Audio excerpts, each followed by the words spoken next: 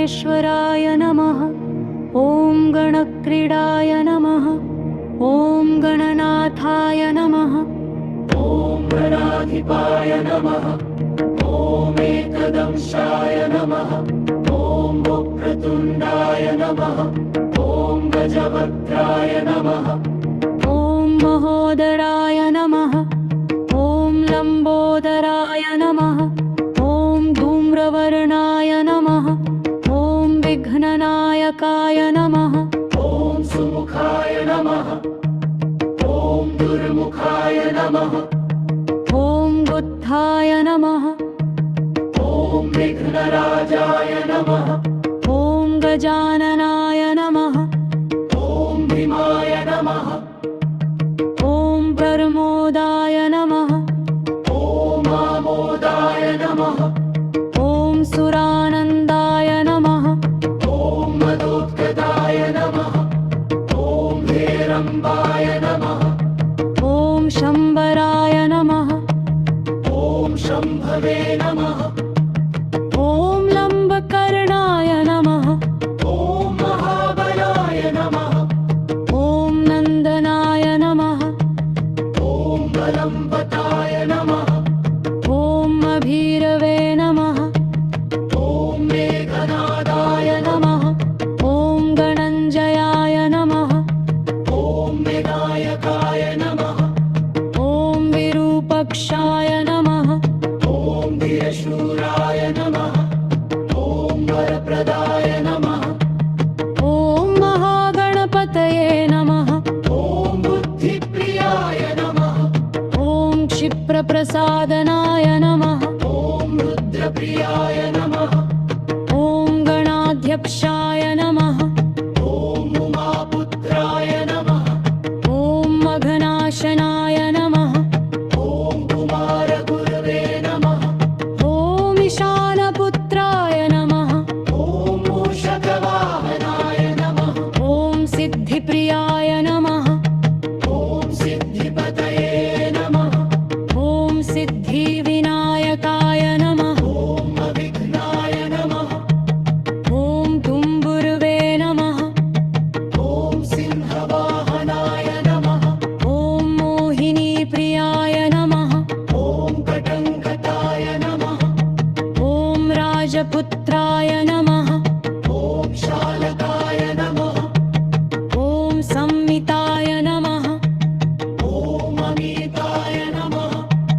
ॐ कूष्माण्डसामसम्भूतये नमः। ॐ दुर्जयाय नमः। ॐ दुर्जयाय नमः।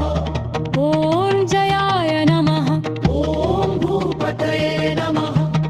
ॐ गणपतये नमः। ॐ भूतानां पतये नमः। ॐ अव्ययाय नमः। ॐ विश्वकर्त्रे नमः। ॐ विश्वमुखाय नमः। ॐ विश्वरूपाय नमः। ॐ निधये नमः। ॐ गणये नमः। ॐ कवये नमः। ॐ कवीनां वृषभाय नमः। ॐ वन्वर्णाय नमः। ॐ भीमये नमः। ॐ गिधिप्रियपतिप्रियाय नमः। ॐ हिरण्मयपुरान्तस्थाय नमः। ॐ सूर्यमण्डलमध्यगाय नमः। ॐ कराहतिविध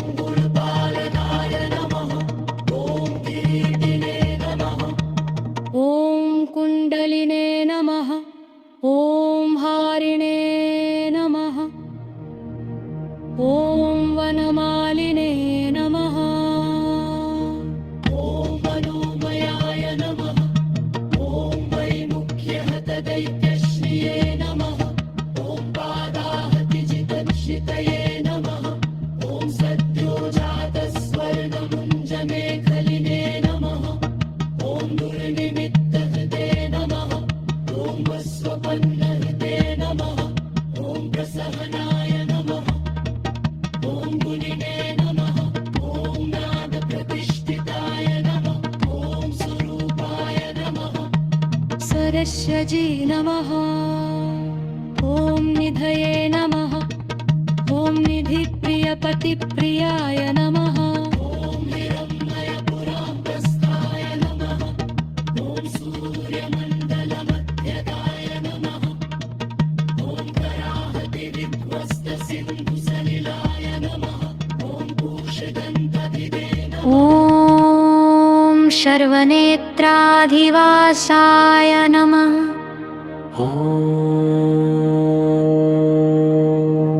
ॐ वीरासनाश्रयाय नमः। ॐ पीताम्बराय नमः। ॐ खण्डरदाय नमः। ॐ खण्डेन्दुकृतशेखराय नमः। ॐ चित्राङ्कश्यामदशनाय नमः। ॐ बालचन्द्राय नमः। ॐ चतुर्भुजाय नमः। ॐ योगाधिपाय नमः। ॐ तारकस्थाय नमः। ॐ पुरुषाय नमः। ॐ गजकर्णाय नमः। ॐ गणाधिराजाय नमः। ॐ विजयस्थिराय नमः। ॐ गजपतिर्ध्वजिने नमः। ॐ देवदेवाय नमः। ॐ स्मरपाणभीमभ्राय नमः। ॐ वायुकेलकाय नमः। ॐ विपश्चिद्वरदाय नमः। ॐ नादोन्नादभिन्नबलाहकाय नमः। ॐ वराहरदनाय नमः। ॐ मृत्युञ्जयाय नमः। ॐ व्याघ्राजिनाम्बराय नमः। ॐ वृच्छाशक्तिधराय नमः। ॐ देवत्रात्रे नमः। ॐ दैत्यविमर्दनाय नमः। ॐ शम्भुवत्तोद्भराय नमः। ॐ उमाङ्गमलजाय नमः। ॐ गौरीतेजो भुवे नमः। ॐ स्वर्धुनीभवाय नमः। ॐ मञ्जमाय नमः। ॐ महालदाय नमः। ॐ वीरक्ष्मणे नमः। ॐ शुभाननाय नमः। ॐ सर्वात्मने नमः। ॐ सर्वदेवात्मने नमः। ॐ ब्रह्ममूर्धने नमः। ॐ ककुप्श्रुतये नमः। ॐ ब्रह्माण्डकुम्भाय नमः। ॐ चिद्व्योमभालाय नमः। ॐ शब्दशिरोरुहाय नमः। ॐ जगज्जन्मलयोन्मेषनिमेषाय नमः। ॐ अग्न्यर्कसोमदृशे नमः। ॐ गिरीन्द्रैकर्दाय नमः। ॐ धर्माधर्मोष्ठाय नमः। ॐ सामब्रह्महिताय नमः। ॐ ग्रहर्षदशनाय नमः। ॐ वाणीजिह्वाय नमः। ॐ वासवनासिकाय नमः। ॐ कुलाचलासाय नमः। ॐ सोमारकन्दाय नमः। ॐ रुद्रशिरोधराय नमः। ॐ नदीनदभुजाय नमः। ॐ सर्पाङ्गुलिताय नमः। ॐ तारकानकाय नमः। ॐ भृम्बध्यसंस्थितकराय नमः। ॐ ब्रह्मविद्यामदोत्ककाय नमः। ॐ व्योमनाभये नमः। ॐ श्रीहृदयाय नमः। ॐ वेरुपृष्ठाय नमः। ॐ वर्णवोदराय नमः। ॐ कुक्षिस्थयक्षगन्धर्वरक्षकिन्नरं मानुषाय नमः। ॐ पृथ्वीकटये नमः। ॐ सृष्टिलिङ्गाय नमः। ॐ शैलोरवे नमः। ॐ दस्रजानुकाय नमः। ॐ पातालजङ्घाय नमः। ॐ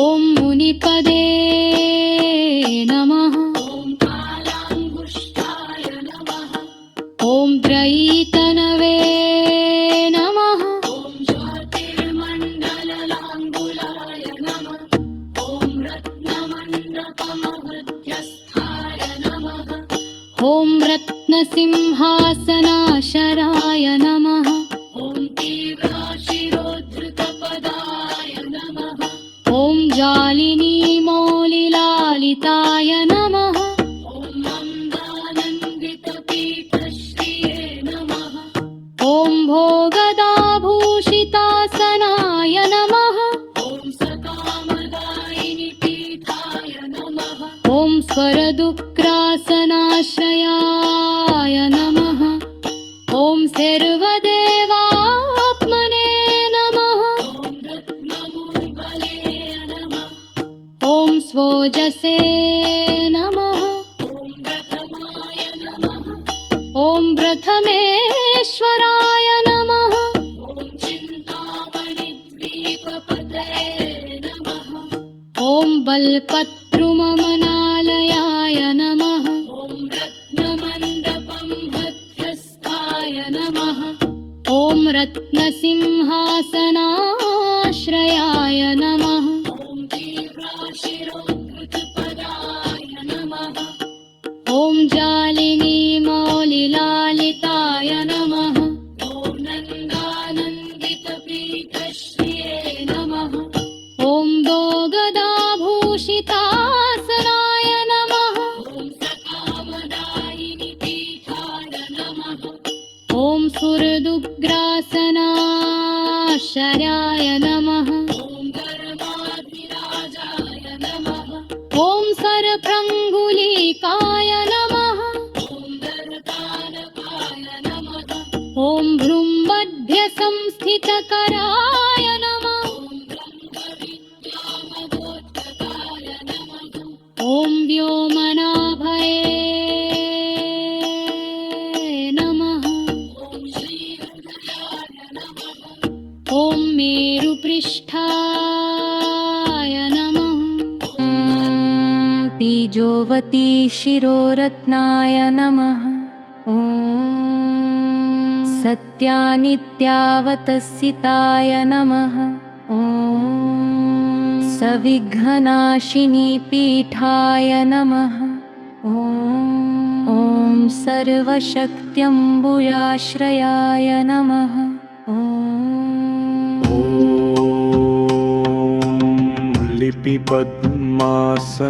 लिपिपद्मासनाधाराय नमः ॐ वह्निधामत्रयाश्रयाय नमः ॐ नतप्रपदाय नमः गुणगुल्फाय नमः ॐ संवृतपार्ष्णिकाय नमः ॐ दीनजङ्घाय नमः ॐ शिष्टजानने नमः ॐ स्थूलोरवे नमः ॐ पुरोन्नमत्कटये नमः ॐ निम्मनाभये नमः ॐ स्थूलकुक्षये नमः ॐ पीनवक्षसे नमः ॐ बृहद्भुजाय नमः ॐ पीनस्कन्धाय नमः ॐ कम्बुकण्ठाय नमः ॐ लम्बोष्ठाय नमः ॐ लम्बनासिकाय नमः ॐ भग्नवामरदाय नमः ॐ तुङ्गसव्यदन्ताय नमः ॐ महाहनवे नमः ॐ ह्रस्वेत्रत्रयाय नमः ॐ शूर्पकर्णाय नमः ॐ निबिडमस्तकाय नमः ॐ स्तबककारकुम्भाग्राय नमः ॐ रत्नमौलये नमः ॐ निरङ्कुशाय नमः ॐ सर्पहारकटिसूत्राय नमः ॐ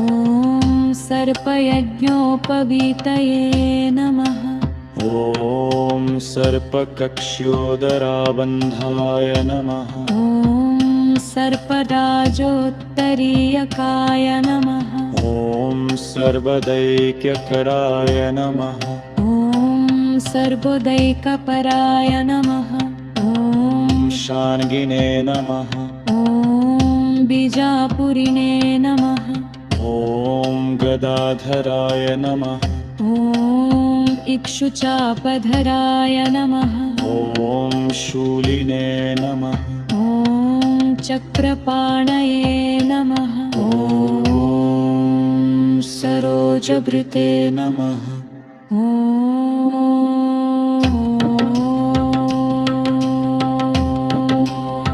ॐ सर्वाजभृते नमः ॐ शालीमञ्जरीभृते नमः ॐ सदन्तभृते नमः ॐ कल्पवल्लीधराय नमः ॐ विश्वाभयदैककराय नमः ॐ ज्ञानमुद्रावते नमः ॐ मुद्गरायुधाय नमः ॐ पूर्णपात्रिणे नमः ॐ कम्बुधराय नमः ॐ विद्रुतालिसुमुद्गकाय नमः ॐ मातुलिङ्गधराय नमः ॐ शूतकलिकावृते नमः ॐ बुठारवते नमः ॐ ॐ पुष्करस्थस्वर्णघटी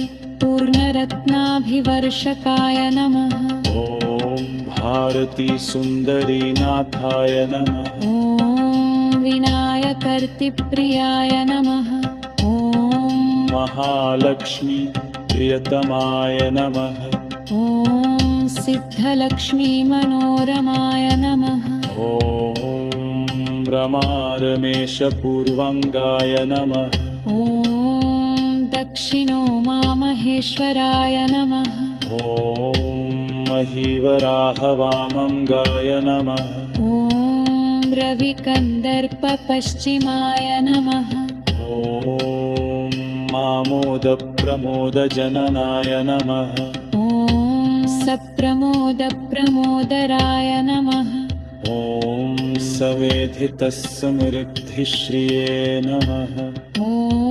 वृद्धिसिद्धिप्रवर्तकाय नमः ॐ दत्तसौख्यसुमुखाय नमः ॐ कान्तिकन्दलिताश्रयाय नमः ॐ मदनावत्याश्रिताङ्घ्रे नमः कृत्तदौर्मुख्यदुर्मुखाय नमः ॐ विघ्नसम्पल्लवोपर्घाय नमः ॐ सेवोन्निद्रमदद्रवाय नमः ॐ विघ्नचरणाय नमः ॐ ब्राविणीशक्तिसत्रताय नमः ॐ तीव्राप्रसन्नमेरमे नमः ॐ श्लिष्टजानवे नमः ॐ स्थूलोरवे नमः ॐ भुग्गदायिनी कान्तिमण्डिताय नमः ॐ कामिनी कान्तवक्त्रश्रिये नमः ॐ अधिष्ठितवसुन्धराय नमः ॐ वसुन्धरामदोन्नद्धमः शङ्खनिधिप्रभवे नमः ॐ नमदत्वसुमतिमौलिमःपद्मनिधिप्रभवे नमः ॐ सर्वसद्गुरुसंसेयाय नमः ॐ शोचिष्केशहृदाश्रयाय नमः ॐ ईशानमूर्ध्ने नमः ॐ देवेन्द्रशिखाय नमः ॐ पवननन्दनाय नमः ॐ अग्रप्रत्यग्रनयनाय नमः ॐ दिव्यास्त्राणां प्रयोगविदे नमः ॐ ऐरावतादिसर्वाशावारणावताराय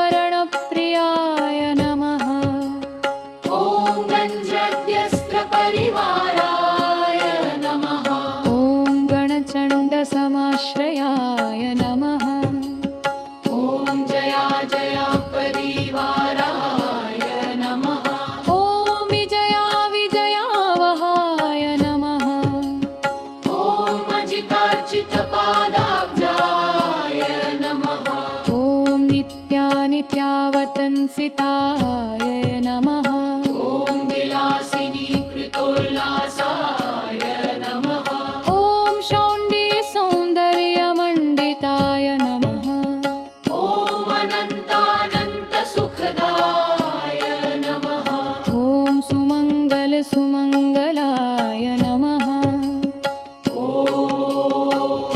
इच्छाशक्ति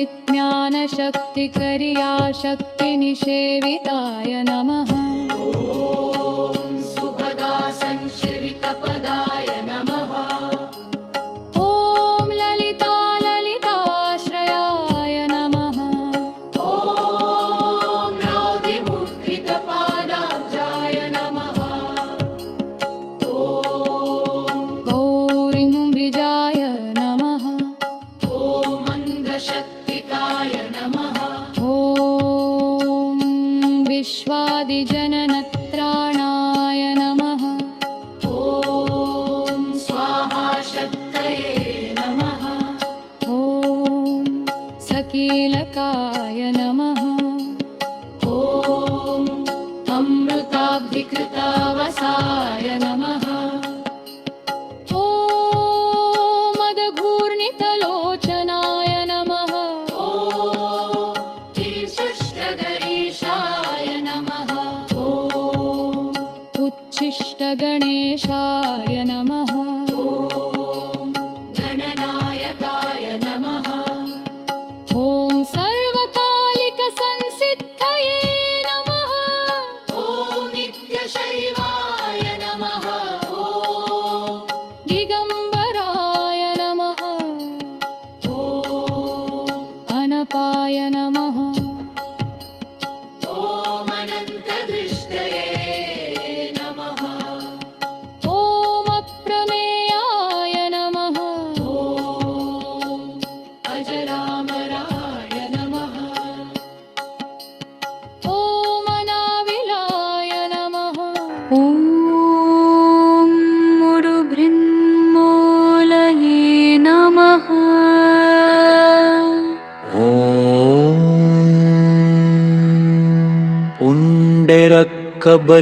पुण्डरकबलिप्रियाय नमः ॐ उन्नताननाय नमः ॐ उत्तुङ्गाय नमः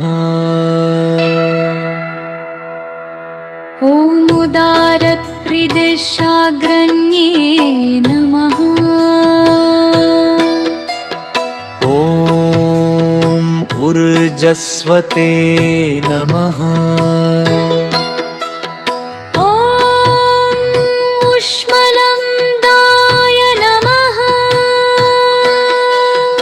ॐ उहापोहदुरासदाय नमः ॐ मृग्यजुस्सामसम्भूतये नमः ॐ वृद्धिसिद्धिप्रवर्तकाय नमः ॐ ऋजुचित्तैकसुलभाय नमः ॐ ऋणत्रयं मोचकाय नमः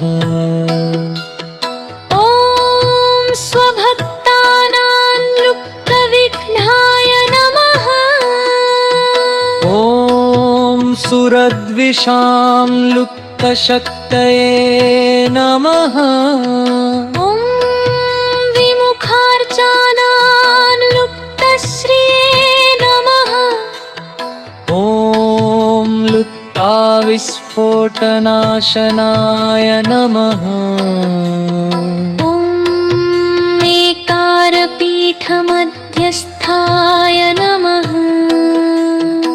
ॐ एकपादकृतासनाय नमः ॐ मेजिताखिलदैत्यश्रिये नमः ॐ मेधिताखिलसंश्रयाय नमः ॐ ईश्वरयनिधये नमः ॐ ऐश्वर्याय नमः ॐ मेहिकामुष्मिकप्रदाय नमः ॐ मेरम्मदसमोन्मेषाय नमः ॐ ऐरावतनिभाननाय नमः ॐ ओङ्कारवाचाय नमः ॐ ओङ्काराय नमः ॐ ओजस्वते नमः ॐ ओषधीपतये नमः ॐ आदार्यनिधे नमः ॐ गप्पन्यधुरयाय नमः ॐ औदप्यनिस्वनाय नमः ॐ सुरनागानामङ्कुशाय नमः ॐ सुरविद्विषामङ्कुशाय नमः ॐ मः समस्तविसर्गान्तपदेषु परिकीर्तिताय नमः ॐ कर्ण्डलुधराय नमः ॐ गणताय नमः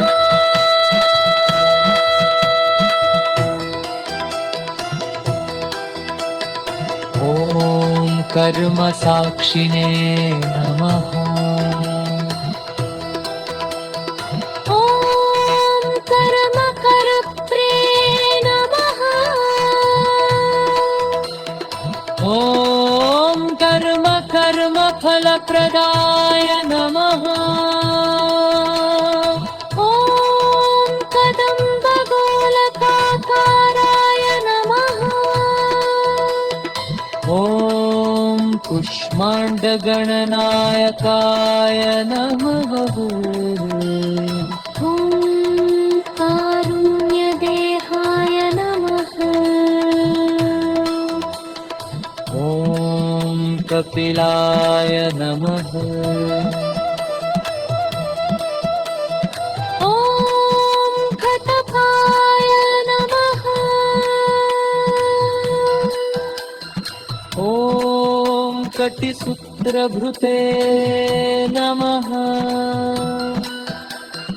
ॐ करुणाय नमः ॐ खट्मखान्तान्त स्थाय नमः ॐ कन्यगानप्रियाय नमः ॐ धुन्धिविनायकाय नमः तत्त्वानां परमाय तत्त्वाय नमः ॐ तत्त्वं पदनिरूपिताय नमः ॐ तारकान्तरसंस्थानाय नमः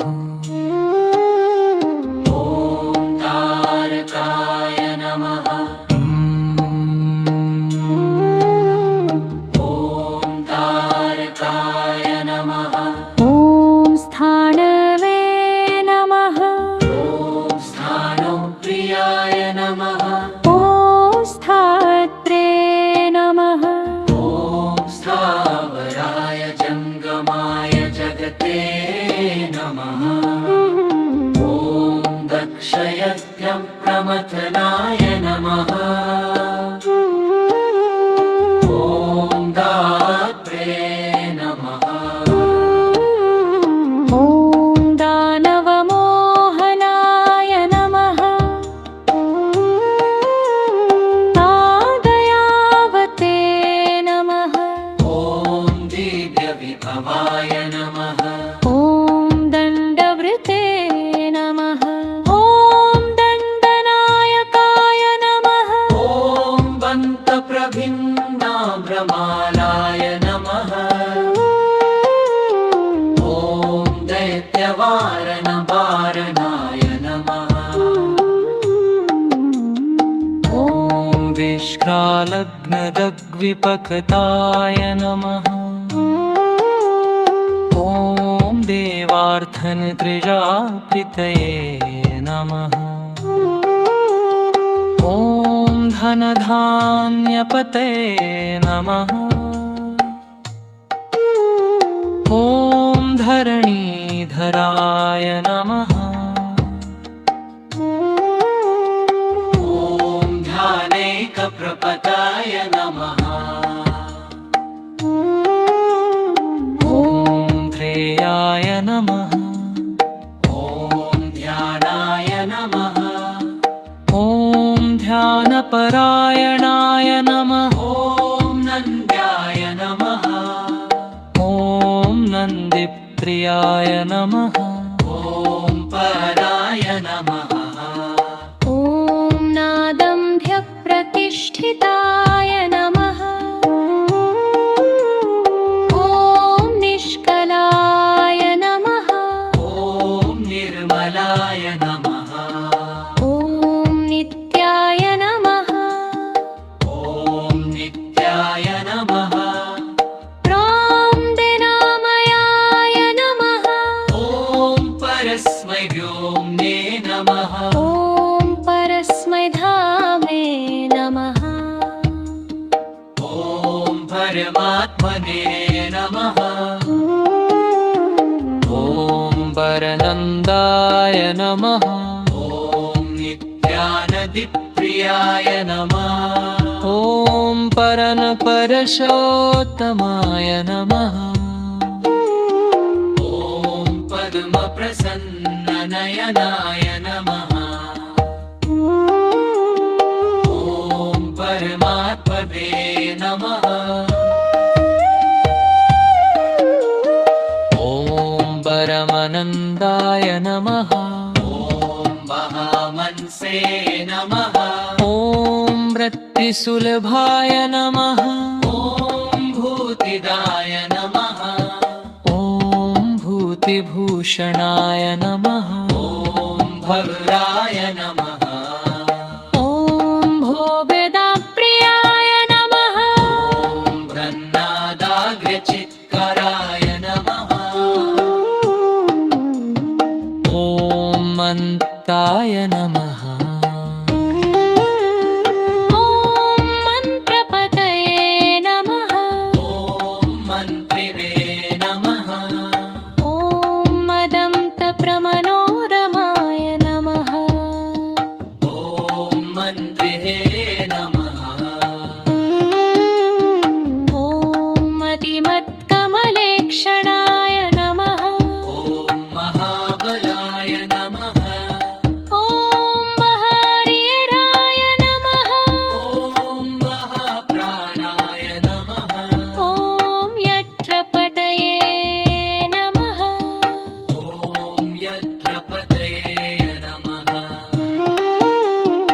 ॐ विघ्नफलप्रदाय नमः ॐ यशस्कराय नमः ॐ योगगम्याय नमः ॐ याप्रदाय नमः ॐ भोगदात्रे नमः ॐ भ्रूगजगोचराय नमः ॐ मन्ताय नमः ॐ मन्त्रपतये नमः ॐ मन्त्रिणे नमः ॐ मदन्तप्रमनोरमाय नमः ॐ मदन्तप्रमलेच्छद्राय नमः ॐ मतिमत्तमलेक्षणाय नमः ॐ यशस्कलाय नमः ॐ योगगम्याय नमः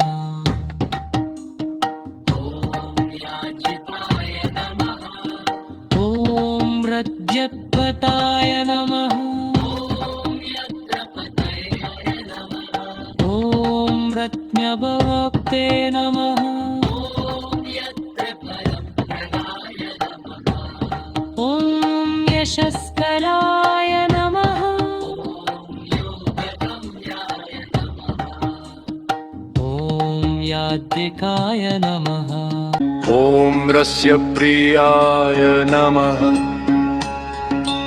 ॐ रस्याय नमः ॐ रञ्जकाय नमः ॐ रावणार्चिताय नमः ॐ रक्षोरक्षाकराय नमः ॐ रत्नगर्भाय नमः ॐ राजसुखप्रदाय नमः ॐ लक्षाय नमः ॐ लक्ष्यप्रदाय नमः ॐ लक्षाय नमः ॐ लयस्थाय नमः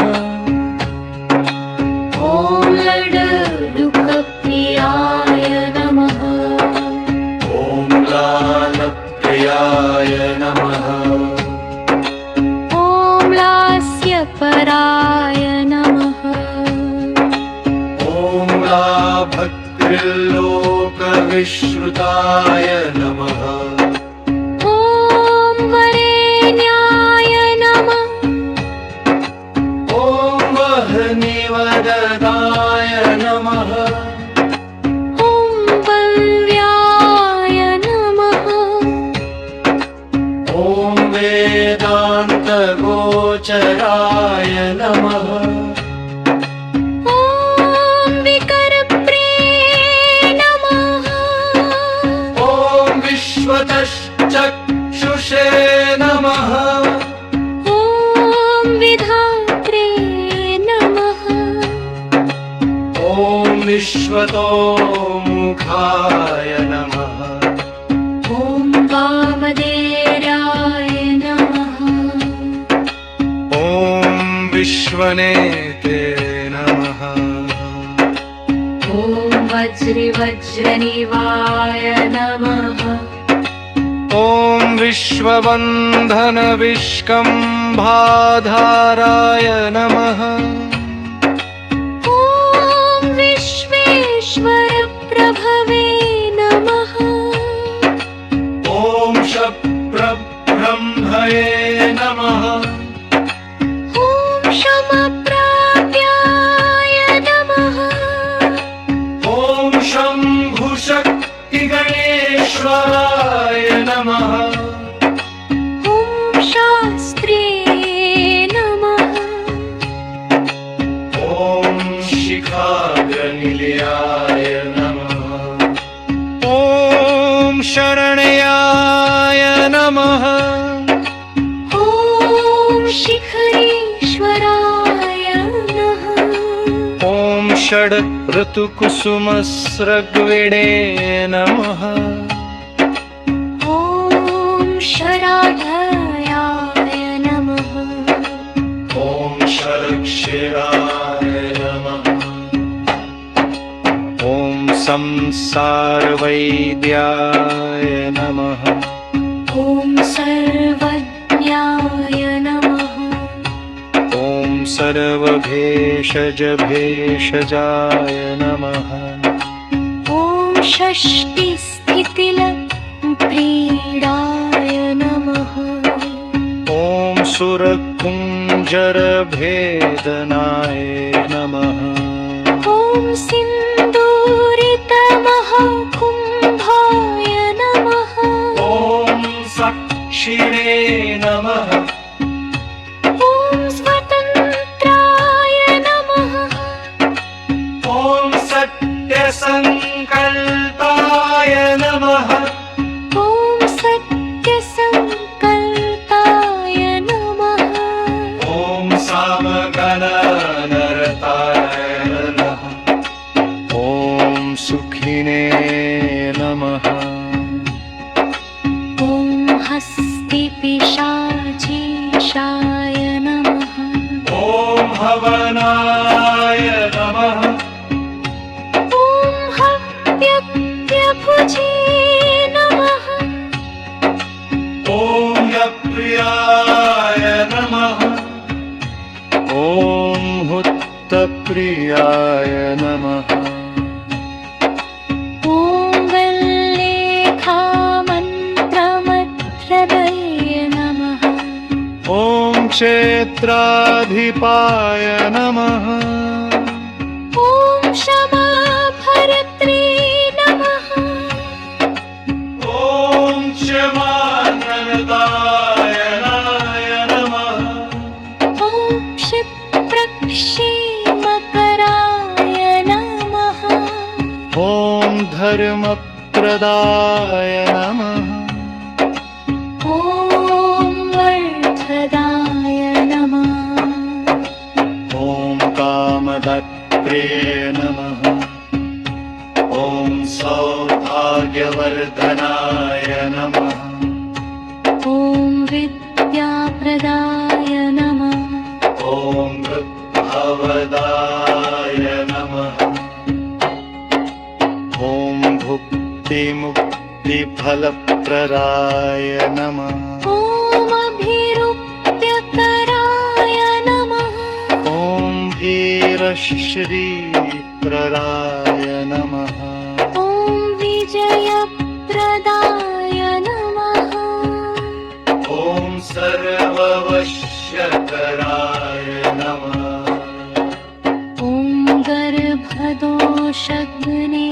नमः ॐ पुत्रपौत्रदाय नमः ॐ मेधादाय नमः ॐ कीर्तिदाय नमः ॐ शोकहारिणाय नमः ॐ गर्भज्ञनाशनाय नमः ॐ प्रतिवादिमुखस्तम्भाय नमः ॐ महर्निशं नमः ॐ पक्षाय नमः ॐ मासाय नमः ॐ वैलाय नमः ॐ वर्षाय नमः ॐ युगाय नमः ॐ कल्पाय नमः ॐ महालयाय नमः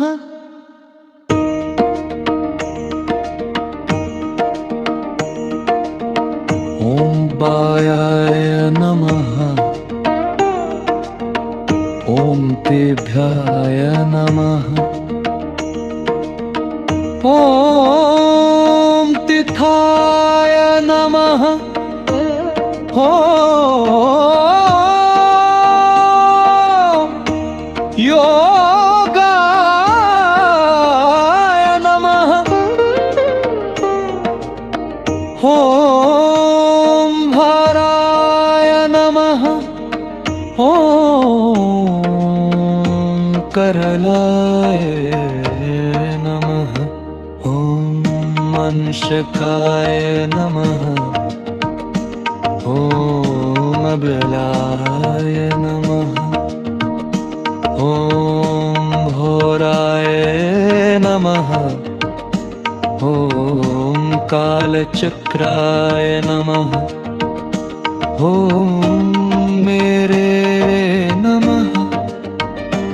ॐ सप्तर्षिभ्यो नमः। ॐ धिवाय नमः। ॐ राहवे नमः। ॐ मन्दाय नमः। ॐ कवये नमः। ॐ जीवाय नमः। ॐ बुधाय नमः। ॐ शशे नमः। ॐ रवणे नमः। ॐ विश्वस्मै स्थावराय जङ्गमाय नमः। ॐ भुवे नमः। ॐ अकृभ्यो नमः। ॐ शक्त्याय नमः। ॐ खगेभ्यो नमः। ॐ सर्भ्याय नमः। ॐ मीमांसाय नमः। ॐ खत्याय नमः। ॐ मनुष्येभ्यो नमः। ॐ मनुष्येभ्यो नमः। ॐ मच्छिद्राय नमः। ॐ खगेभ्यो नमः। ॐ समुद्रे नमः। ॐ सरिद्भ्यो नमः। ॐ शैलेभ्यो नमः। ॐ भूताय नमः। ॐ मद्भ्यो नमः। ॐ कहृत्वाय नमः। ॐ पुंसात्ताय नमः। ॐ शिवाय नमः। ॐ बुद्धाय नमः। ॐ ईशाय नमः। ॐ शक्तये नमः। ॐ त्रिदशेभ्यो नमः। ॐ पितृभ्यो नमः। ॐ सिद्धेभ्यो नमः। ॐ यक्षेभ्यो नमः। ॐ गणाभ्यो नमः। ॐ यक्षेभ्यो नमः। ॐ द्रक्षोभ्यो नमः। ॐ खगेभ्यो नमः। ॐ समुद्रेभ्यो नमः। ॐ सरेभ्यो नमः। ॐ शैलेभ्यो नमः। ॐ भूताय नमः। ॐ भव्याय नमः। ॐ भवोद्भवाय नमः। ॐ शान्त्याय नमः। ॐ पातञ्जलाय नमः। ॐ योगलाय नमः। ॐ शक्तये नमः। ॐ शुद्धय नमः। ॐ सुताय नमः। ॐ वेदाङ्गेभ्यो नमः। ॐ सदाचाराय नमः। ॐ मीमांसाय नमः। ॐ न्यायविस्तराय नमः। ॐ आयुर्वेदाय नमः। ॐ धनुर्वेदीय नमः। ॐ गान्धर्वाय नमः। ॐ मोक्षाय नमः। ॐ सुखाय नमः। ॐ भोगाय नमः। ॐ अयोगाय नमः।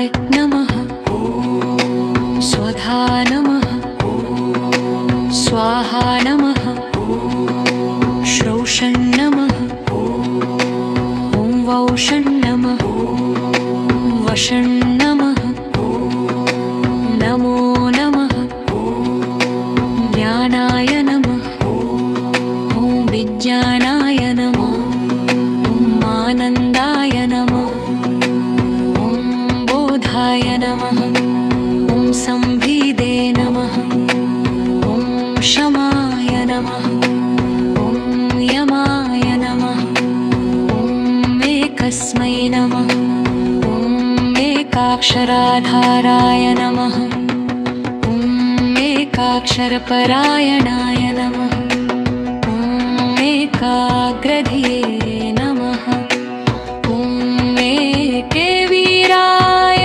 नमः एकानेकस्वरूपधृते नमः ॐ विरूपाय नमः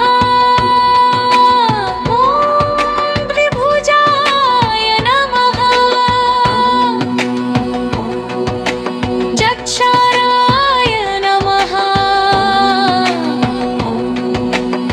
वीरमातुराय नमः विवदनाय नमः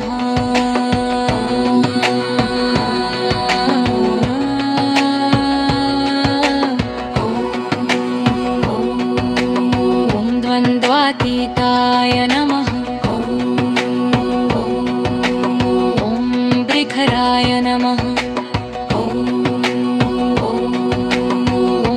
त्रिधा त्रिवर्गफलदायकाय नमः ॐ त्रिगुणात्मने नमः ॐ त्रिलोकादये नमः ॐ त्रिशक्तिशाय नमः त्रिलोचनाय नमः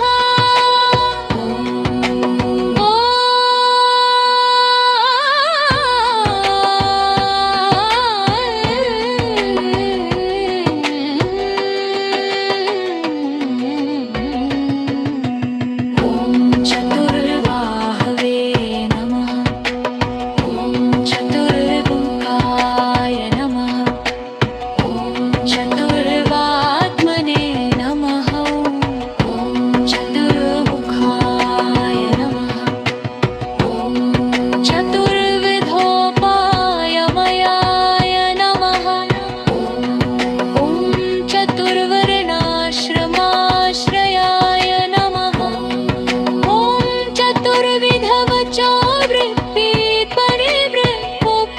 चतुर्विधवचोवृत्तिपरिवृत्तिमर्पिताय नमः ॐ चतुर्विपूजवन्मृताय नमः ॐ शक्तोऽर्थितिसम्भवाय नमः ॐ पञ्चाक्षरात्मने नमः ॐ पञ्चात्मने नमः ॐ पञ्चास्याय नमः ॐ पञ्चकृतकृते नमः ॐ सप्तमातृनिषेविताय नमः ॐ सप्तछन्दोमोदम्दाय नमः ॐ सप्तशक्तिपूर्वप्रदाय नमः ॐ सप्तं प्रधान्तभिध्वंसिने नमः ॐ षडङ्गलनवाहनाय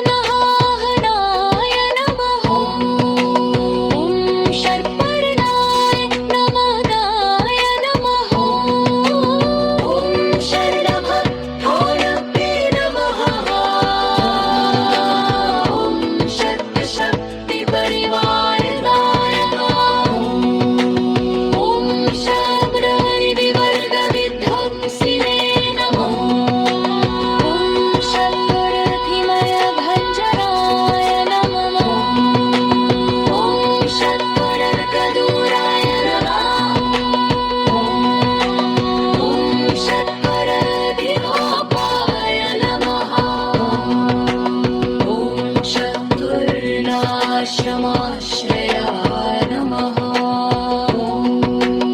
ॐ सप्तभिखेलिकासाराय नमः ॐ सप्तछन्दोमोदन्दाय नमः ॐ अष्टैश्वर्यप्रदायकाय नमः ॐ अष्टपीठोपपीठश्रिये नमः ॐ अष्टमातृसमावृताय नमः ॐ अष्टभैरवसेव्याय नमः ॐ अष्टमूर्तिभृते नमः ॐ अष्टचक्रस्फुरमूर्तये नमः ॐ अष्टद्रवहित्र्याय नमः ॐ नवनागासनाध्यासिने नमः ॐ नवनिध्यनुशासिताय नमः ॐ नवद्वारपुराधाराय नमः ॐ नवधारनिकेतनाय नमः ॐ नवनारायणस्तुत्याय नमः ॐ नवदुर्गानिषेविताय नमः ॐ नवनाथमहानाथाय नमः ॐ नवनागविभूषणाय नमः ॐ नवरत्नविचित्राङ्गाय नमः ॐ नवषट्टिशिरोधृताय नमः ॐ दशात्मकाय नमः ॐ दशदिक्